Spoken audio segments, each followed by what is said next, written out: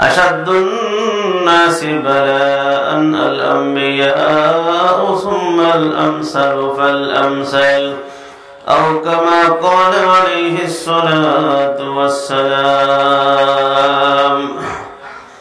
وقال الله سبحانه وتعالى في شان حبيبه ومحبوبه ومعشوقه مخبرا وآمرا: إن الله وملائكته يصلون على النبي يا أيها الذين آمنوا صلوا عليه وسلموا تسليما. ইউসুফ জুনাওয়াজ বাদশাহ মানুষকে তার ইবাদত করার জন্য আদেশ করেছে। মানুষগুলো তাকে আল্লাহ বলে মেনে নিয়েছে, মেনে নিয়ে তার ইবাদত শুরু করে দিয়েছে। তার দরবারে একজন বিশিষ্ট জাদুকর ছিল, জাদুকর। বাদশাহগণ তখন প্রতিপক্ষের উপরে বিজয় হওয়ার জন্য একটা শক্তি রাখত, সেটা হলো জাদুবিদ্যা। জাদুবিদ্যা দ্বারা তারা প্রতিপক্ষকে আক্রমণ করত। এই বিদ্যা যে জানতো তার নাম ছিল সাহের বা জাদুকর। সেই জাদুকর বৃদ্ধ হয়ে যাওয়ার কারণে বাদশাকে যা বলে, ও বাদশাহ, বহুদিন আপনার খেদমত করেছে আমি, আমার এখন বয়স হয়ে গেছে, হয়তো যে কোনো সময় আমি দুনিয়া থেকে চলে যাব। অতএব আপনি আমাকে আমার যে বিদ্যা আছে এই বিদ্যাটা আমি অন্য কাউকে দিয়ে দিতে চাই, যেন আপনাকে সে খেদমত করতে পারে, আপনার সেবা করতে পারে। এই জন্য আপনি এক কাজ করেন, আপনার এই দেশ থেকে কোন একজন মেধাবী ছেলেকে আমাকে দেন, তাকে আমি জাদুবিদ্যা শিখিয়ে যাব, যে পরবর্তীতে আপনার খেদমত করবে, আপনার সেবায় কাজে লাগাবে। বাদশাহ জাদুকর যখন আবেদন করছে, আবেদন করার পরে বাদশাহ একজন ছেলে তার কাছে অর্পণ করলো, দেখে শুনে, যে ছেলের মেধা ছিল অনেক ভালো। তাফসীরের মধ্যে লিখছে ওই ছেলের নাম ছিল আব্দুল্লাহ বিন তামের। আব্দুল্লাহ বিন তামেরকে বলা হলো, ও বালক, তুমি যাও এই জাদুকরের কাছে, জাদুকরের কাছে গিয়ে তুমি জাদুবিদ্যা শিক্ষা করো এবং পরবর্তী তুমি আমার রাজ দরবারে থাকবে।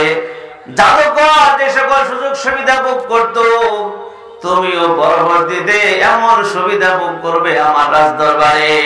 এই জন্য তাকে নিয়োগ দেওয়া হলো জাদুবিদ্যা শেখার জন্য। ওই ছেলেটা যখন জাদুকরের কাছে যায়, যাওয়ার সময় মাঝখানে পথিমধ্যে একজন খ্রিস্টান আলেম, ওই জমানায় তারাই ছিল সত্য পথের পথিক, তার কাছে দেখলো যে সেই ইনজিলের দরজ দেয়, আল্লাহ আসমানে কিতাবের কথা বলেন, তার সামনে সে বসে সেই কিতাবটা শিক্ষা গ্রহণ শুরু করে দিল। এবার শিক্ষার সময় সমস্যা শুরু হয়েছে একটা। জাদুকরের কাছে না গেলে বাদশার কাছে নালিশ দেয়, আপনি সন্তান একটা দিয়েছেন, ছেলে একটা আমাকে দিয়েছেন, এই ছেলে ঠিক মতো আসে না। জাদুকরে তখন তাকে মারে। ওই রাহেবের কাছে যা বললো ওই ছেলেটা, হুজুর আপনার কাছে আমি যখন থাকি তখন জাদুকরের কাছে আমি যাইতে পারি না, যার কারণে জাদুকর আমাকে প্রহার করে। এখন আমি কি করতে পারি, মেহেরবানি করে আমাকে একটা বুদ্ধি দেন। তখন এই রাহেব বললেন, জাদুকরকে বলবো আমার পরিবার থেকে আসতে দেরি হয়েছে, এজন্য আপনার কাছে আসতে পারি নাই। এই বুদ্ধি দেওয়ার কারণে অনেকদিন পর্যন্ত জাদুকরের কাছে আর যায় না। এখন এই আলেমের কাছে ইলম শিক্ষা গ্রহণ করতে করতে যথেষ্ট ইলম শিক্ষা হয়ে গেছে। একদিন সে রাস্তা দিয়ে যাওয়ার সময় দেখে রাস্তার মধ্যে বড় একটা সিংহ শুয়ে রয়েছে।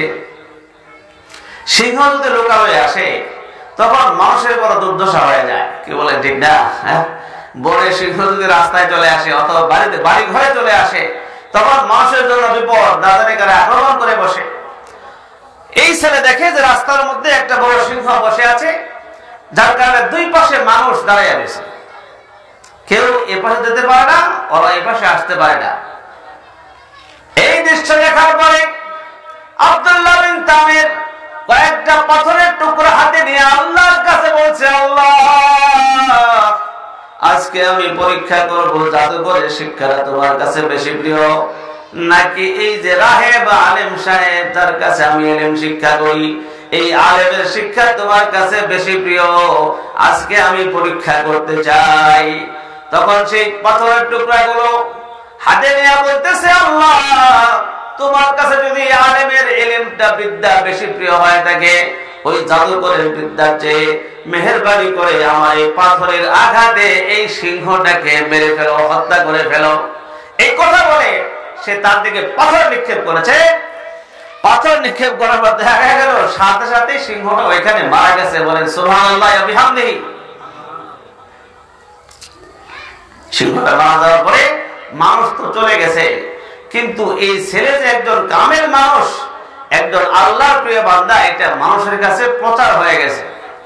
যার কারণে এই ছেলে কোথায় থাকে তার কাছে মানুষ আসে চিকিৎসার জন্য। বলে যে আমার তো চোখের সমস্যা, আমার চোখে দেখি না, তুমি একটু ঝাড়া দিয়ে দাও, তা ভালো হয়ে যাবে। আল্লাহর কি হুকুম, যখন এই ছেলে বিসমিল্লাহ বলে ফু দেয়, সঙ্গে সঙ্গে একজন চোখের অন্ধ ব্যক্তি সুস্থ হয়ে যায়। একজন কুষ্ঠরোগী ব্যক্তি তার শরীরের মধ্যে হাত বুলাইলে সঙ্গে সঙ্গে ভালো হয়ে যায়। যেই কোন রোগী তার কাছে যায় বিসমিল্লাহ বলিয়া যখন তাকে একটা ফু দেয়, সঙ্গে সঙ্গে ভালো হয়ে যায়। এইভাবে সারা দেশের মধ্যে ছড়ায় পড়ল আল্লাহর একজন প্রিয় বান্দা অমুক জায়গায় আছে, যার কারণে মানুষ হুমড়ি খেয়ে পড়ে চিকিৎসার জন্য। দেখেন নাই বাংলাদেশে বিভিন্ন জায়গায় এরকম বের হয়, অমুক জায়গায় এক ছেলে বের হয়েছে গো, ফু দিলেই ভালো হয়। আসলে এরকম বহু জায়গায় বের হয় না, এরকম অবস্থা হয়েছে। এই ঘটনা যখন ছড়া পড়ল, বাদশার দরবারে একজন অন্ধ একজন এমপি ছিলেন। অন্ধ একজন এমপি ছিলেন, যে এমপির কানের কাছে ওই কথাটা পৌঁছলো। একজন যুবক বের হয়েছে, ওই যুবকের ইশারার দ্বারা, তার ঝাড়ার দ্বারা, তার চিকিৎসার মাধ্যমে যে জন্মন্ধ রোগী ব্যক্তি ভালো হয়ে যায়। সে অনেক হাদিয়া তোফা নিয়ে তখন সে তার কাছে গেল, যায় বলল, বাবা তুমি আমার চিকিৎসার দ্বারা যদি আমার চক্ষু ভালো হয়, আমি তোমার কথাগুলি মেনে নেব, মেহেরবানি করে আমার চিকিৎসা করো। আল্লাহর বান্দা বললেন যে বাবা আমি তো আসলে কোনো চিকিৎসা করি না, বা আমি কোনো ভালো করতে পারি না, এটা ভালো করেন আল্লাহ। যদি বলেন কে? আল্লাহ ভালো করে। ওই দেশের মধ্যে আল্লাহর নাম নেওয়া বড় অপরাধ, আল্লাহ বলতে কেউ নাই। সে বললো যে আল্লাহ ভালো করে, তুমি ভালো করে না? না, আমি তো ভালো করতে পারি না, আল্লাহ ভালো করেন। যদি আপনি আল্লাহর প্রতি ঈমান নিয়ে আসেন, তাহলে আমি আপনার চিকিৎসা করব, আল্লাহ আপনাকে ভালো করে দেবেন।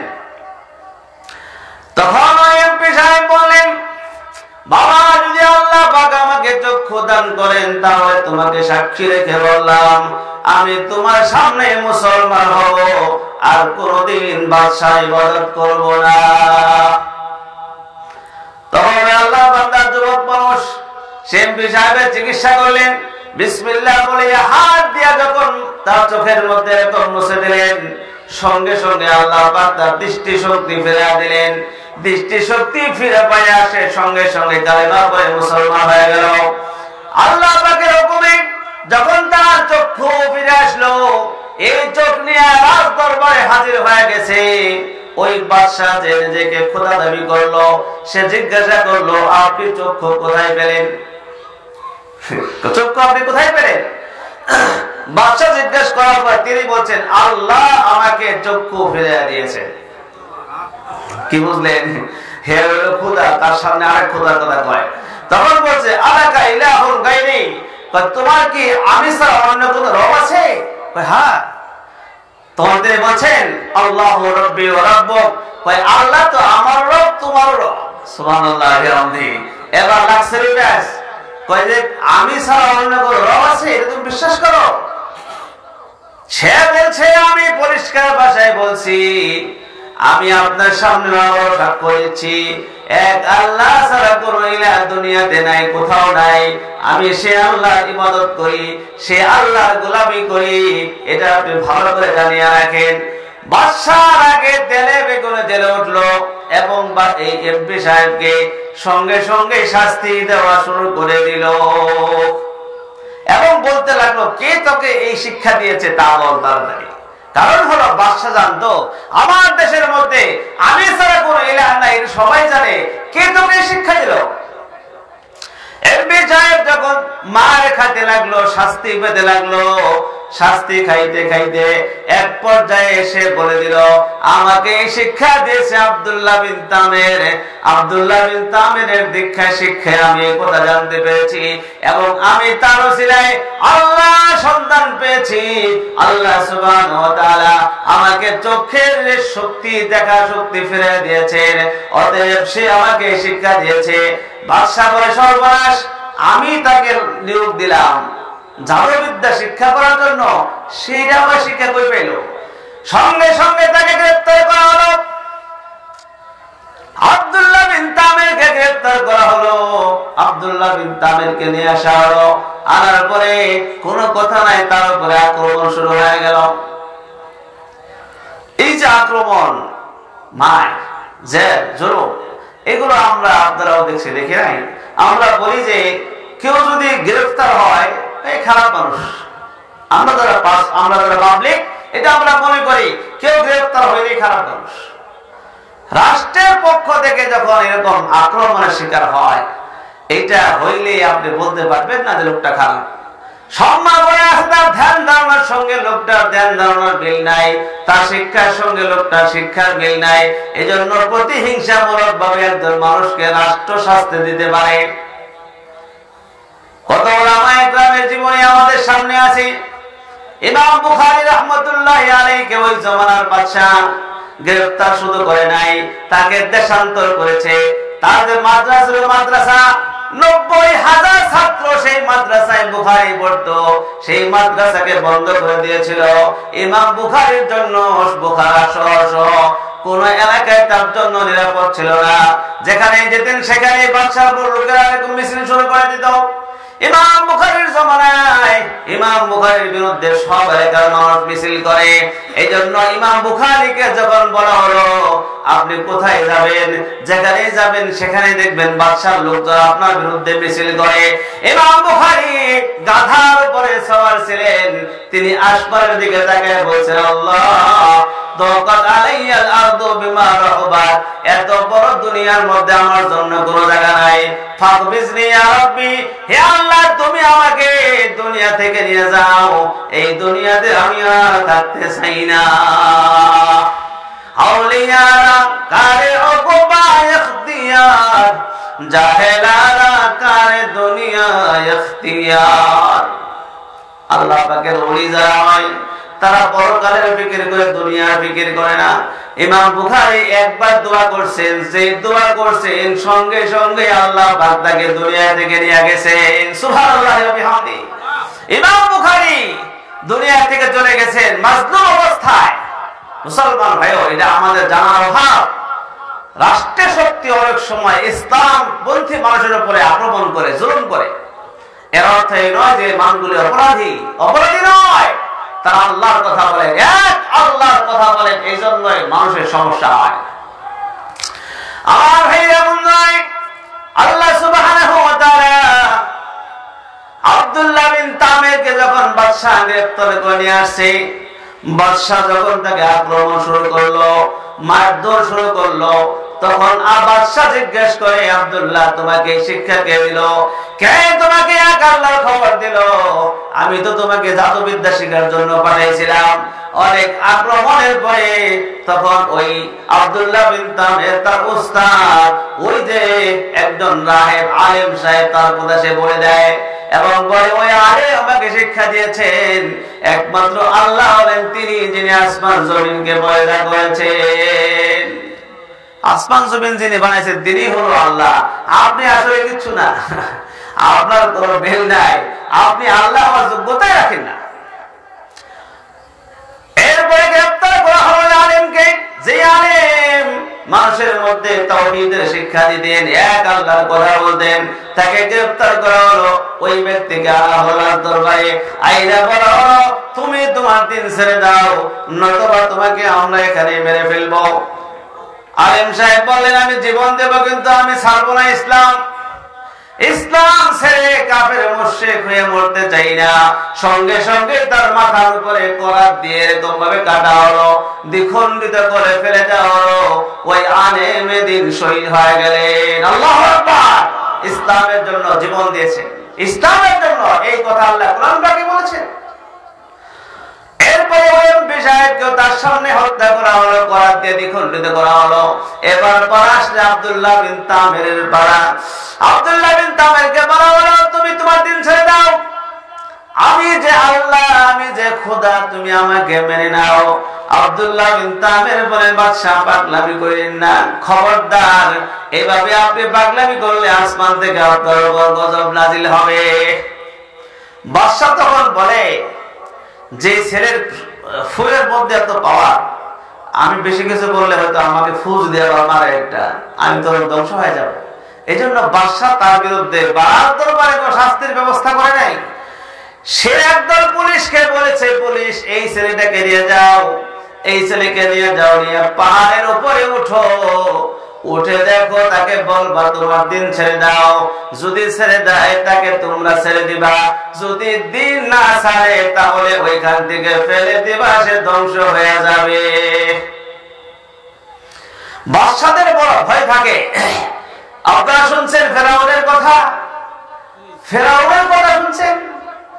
ফেরাউনের দরবারে যখন মুসা আলাইহিস সালাম গেছেন, তিনি কিন্তু দুইজন ছিলেন মাত্র। ফেরাউনের কাছে গেছেন হযরত মুসা ও হারুন আলাইহিস সালাম, এই দুইজন নবী গেছেন। ফেরাউনের শক্তির কোনো অভাব ছিল না, ফেরাউনের সিপাহীদের কোনো অভাব ছিল না, কিন্তু আমার আল্লাহ শক্তির সামনে সকল শক্তি ব্যর্থ হতে বাধ্য।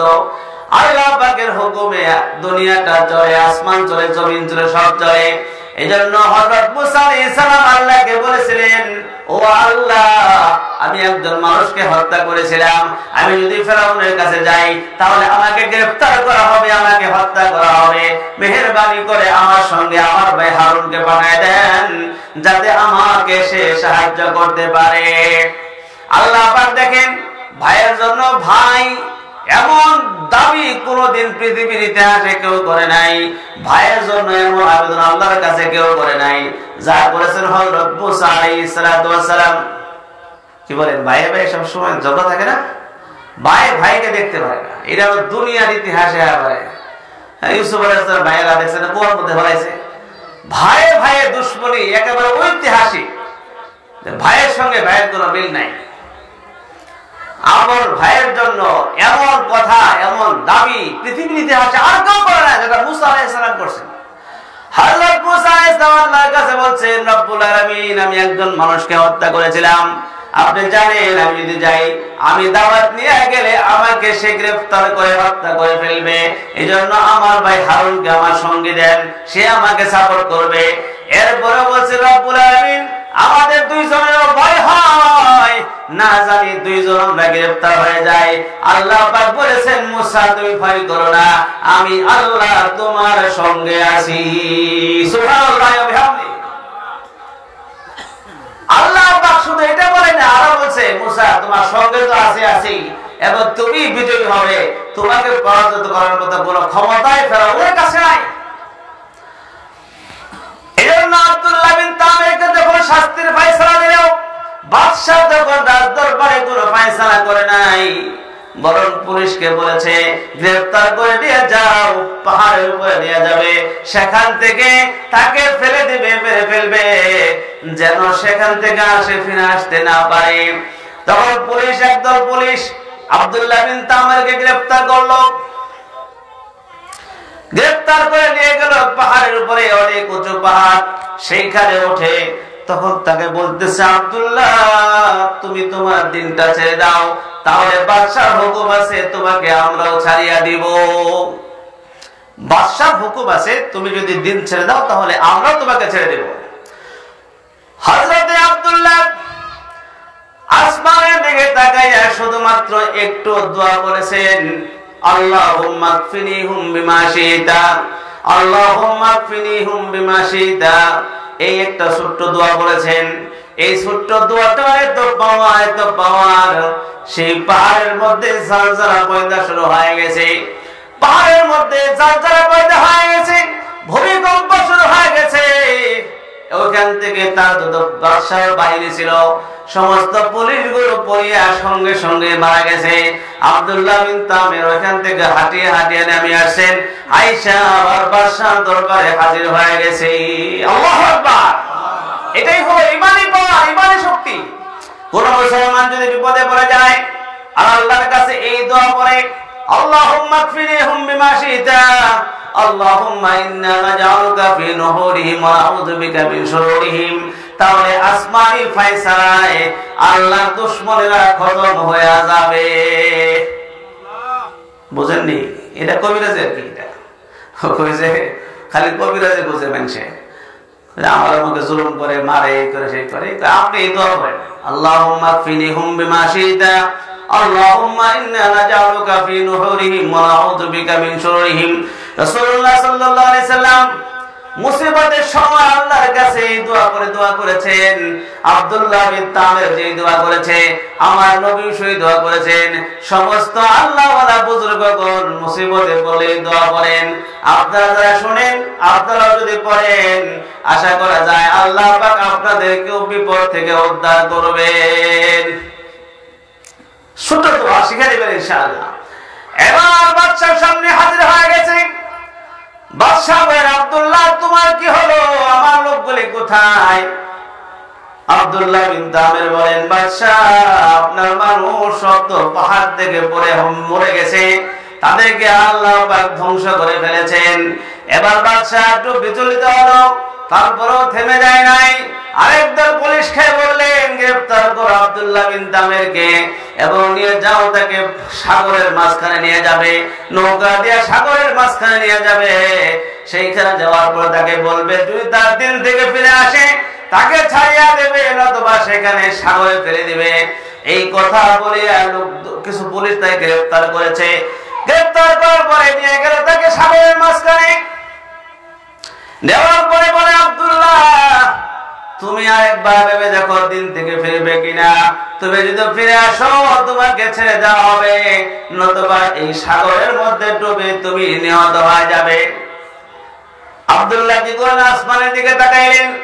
তাকাইয়া তিনি শুধু বললেন, আল্লাহুম্মা কফিরহুম বিমা শিতা, হে আল্লাহ তোমার এই জালেমগুলির জন্য তুমি যথেষ্ট হয়ে যাও। এই দোয়াটা পড়ার সঙ্গে সঙ্গে যে নৌকা দিয়ে গিয়েছিল নৌকাটা ডুবে গেল এবং সৈনিক জাহাজে সব মারা গেছে। আব্দুল্লাহ বিন তামির পানির উপর দিয়ে হেঁটে হেঁটে আসতেছেন। সুবহানাল্লাহ ওয়া বিহামদিহি। আল্লাহর বান্দা আব্দুল্লাহ বিন তামির পানির উপর দিয়ে হেঁটে হেঁটে আসতেছেন। আস্তে আস্তে হাইটে হাইটে বাদশার সামনে হাজির হয়েছেন। বাদশাকে বললেন, বাদশাহ আপনি আমাকে মারতে চান তাই তো? আপনি আমাকে তো আপনার সৈনিক দিয়ে মারতে পারবেন না, আপনার কোনো ক্ষমতাই নেই আমাকে মারার। বাকি আপনি যদি আমাকে মারতে চান, আমার একটা ফর্মুলা আছে, আপনি যদি আমার ফর্মুলা মোতাবেক কাজ করেন তাইলে আমাকে মারতে পারবেন।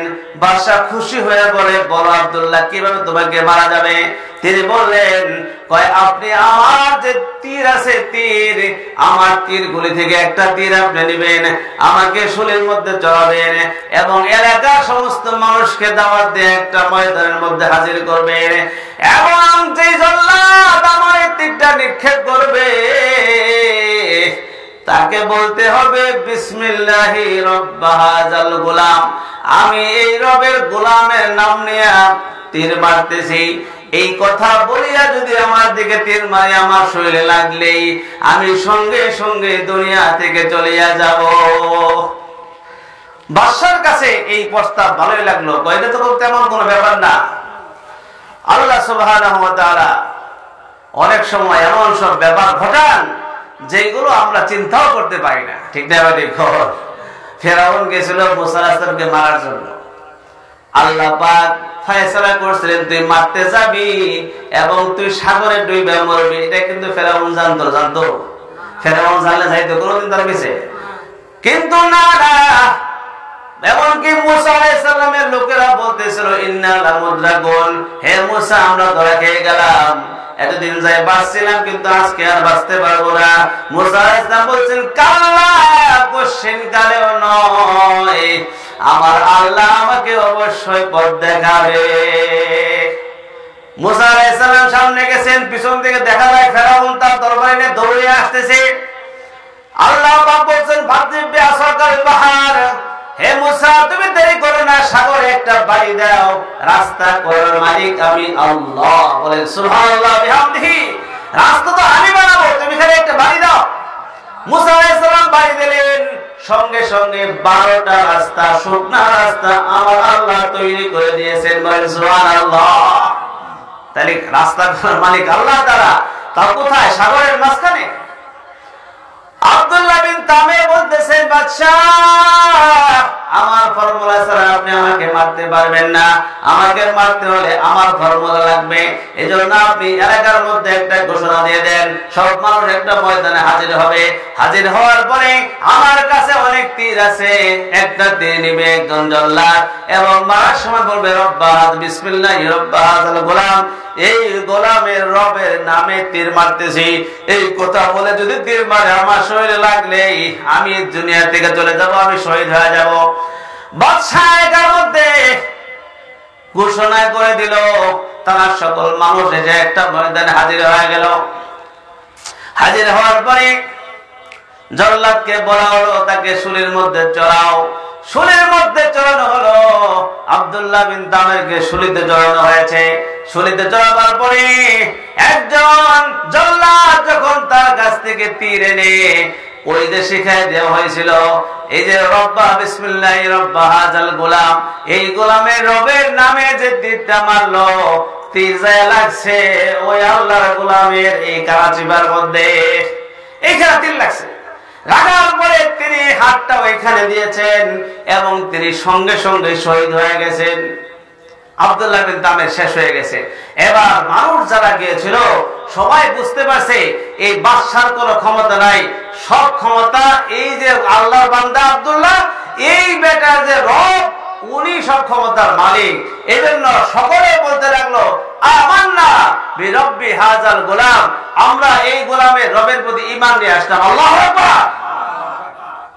ঈমান নিয়ে আসছে, মুসলমান হয়ে গেছে। বাদশার কাছে খবর গেল এখানে যে আপনি একজন আব্দুল্লাহকে মারলেন, এখন লক্ষ লক্ষ মানুষ মুসলমান হয়ে গেল। বাদশাহ বলো নাকি? সর্বনাশ, একজনকে বিপদে মনে করছিলাম, এখন দিয়ে লক্ষ লক্ষ মানুষ এই ছেলের মুরিদ হয়ে গেছে, এই ছেলের মুরিদ হয়ে গেছে।